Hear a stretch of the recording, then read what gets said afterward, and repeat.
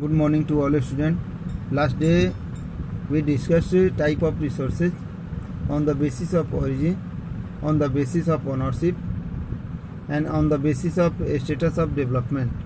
Today we shall discuss development of resources. We shall discuss development of resources. In this topic, first point which has been given, resources are vital for the human survival and maintaining the quality of life. यानी इसका मतलब हुआ कि resource जो है बहुत पर्याप्त है, पर्याप्त मात्रा में अवेलेबल है ह्यूमन सर्वाइवल के लिए, एक अच्छा जीवन जीने के लिए। लेकिन रिसोर्स जो है उतना पर्याप्त नहीं है जिससे कि किसी व्यक्ति की या व्यक्ति समूह के लालच को पूरा किया जा सके। रिसोर्स जो है are vital for the human survival as well as for the maintaining the quality of life, but resources are not so available to fulfill the greedy of human beings. Human beings की ज़रूरत को पूरा करने के लिए पर्याप्त नहीं है।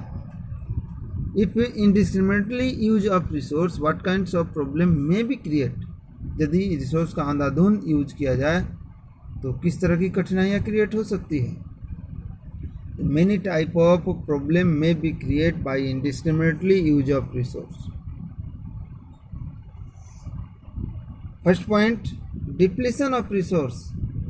वह रिसोर्स जो है वो फिनिश हो सकता है, समाप्त हो सकता है for satisfying the greed of few individual. कुछ ही लालची लोगों की ज़रूरत को पूरा करने में वह रिसोर्स जो है may be end, समाप्त हो सकता है। Accumulation of resource. A social disparity may be create in society, which people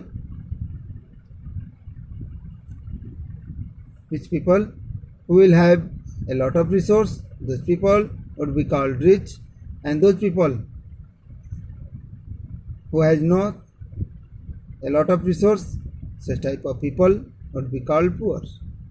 यानी वह व्यक्ति जिनके पास बहुत अधिक रिसोर्स है, जिनके पास accumulation of resources a lot of amount में है, यदि उनके पास बहुत अधिक मात्रा में रिसोर्स है, such type of people are called rich people.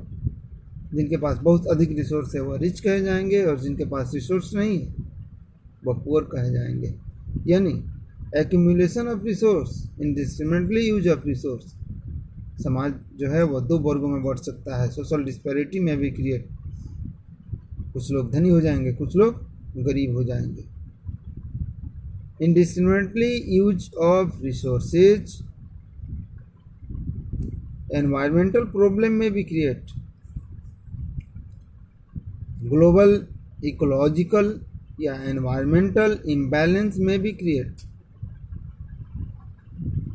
Environmental imbalance में भी क्रिएट, ग्लोबल वार्मिंग में भी क्रिएट, ओजोन लेयर डिप्लीशन में भी क्रिएट, एंड एनवायरमेंटल पॉल्यूशन में भी क्रिएट, लैंड डिग्रेडेशन में भी डेवलप। लैंड डिग्रेडेशन भी अधिक होने लगेगा, एनवायरमेंट का पॉल्यूशन भी बढ़ सकता है, ओजोन लेयर भी घट सकता है, और ग्लोबल वार्मिंग भी बढ़ सकती है। Indiscriminately use of resource. Next,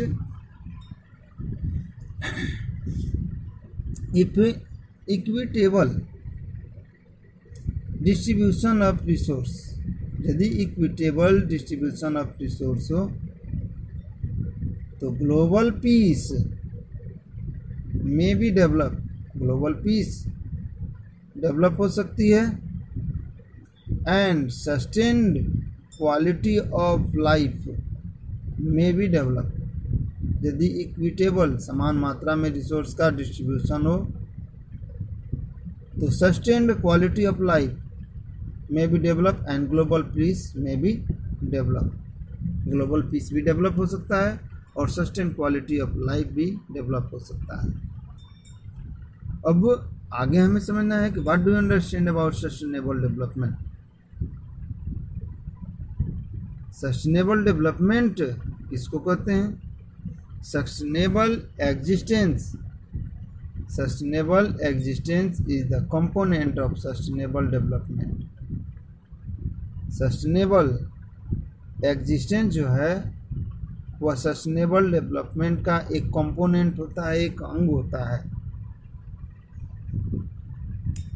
सतत अस्तित्व, सस्टेनेबल मीन्स स्थिर रूप से,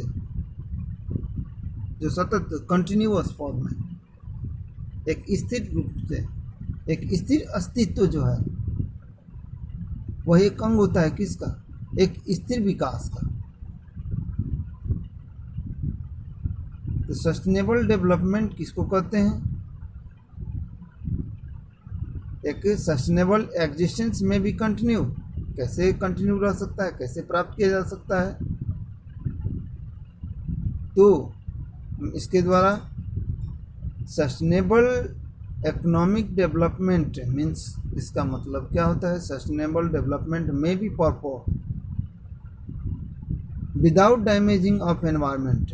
सस्टेनेबल डेवलपमेंट में बी डेवलप, सस्टेनेबल डेवलपमेंट को प्राप्त किया जा सकता है, इसके परफॉर्म को कंप्लीट किया जा सकता है।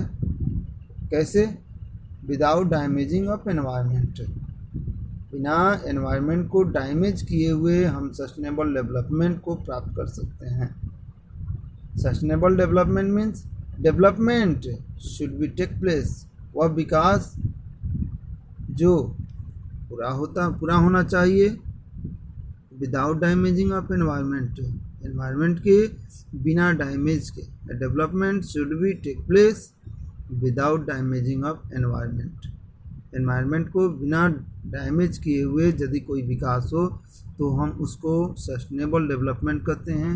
विथ इट, उसी के साथ, डेवलपमेंट इन प्रेजेंट, जो प्रेजेंट का डेवलपमेंट है, should not compromise with the need of future generation, future generation के नीड के साथ कोई भी कंप्रोमाइज नहीं होना चाहिए।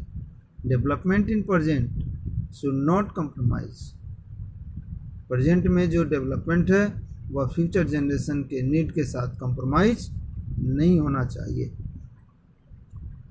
For sustainable development, for protection of our earth, what type of protection?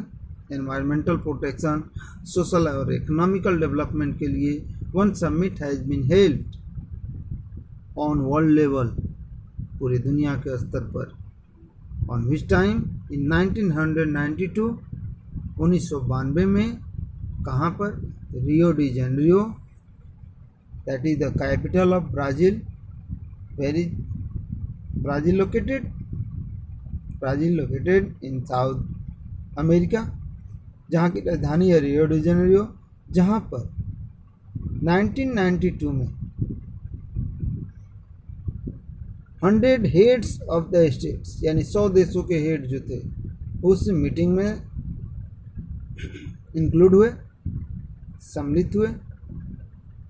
And that meeting was called first international earth summit, जिसे first international summit कहा गया।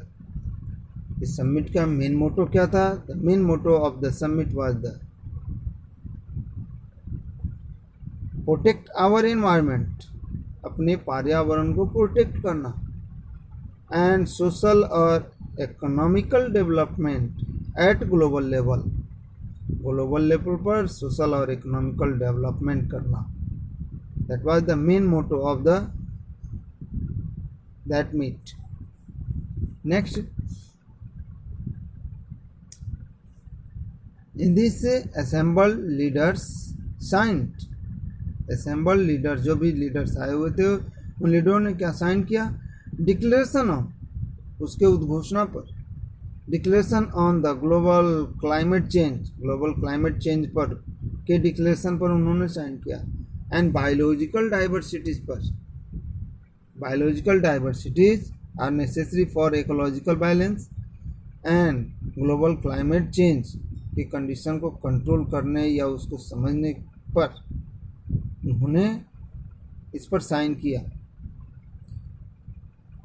21 agenda, Rio de Janeiro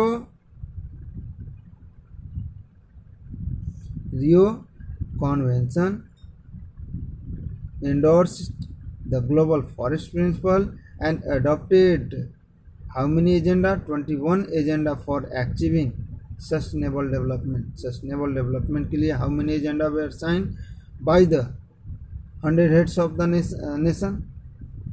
100 heads of the nation के द्वारा, state के द्वारा कितने agenda पर? तो 21 एजेंडा पर साइन किया गया. Okay, next day we shall discuss resource planning. Next day we have to discuss resource planning. Okay, thank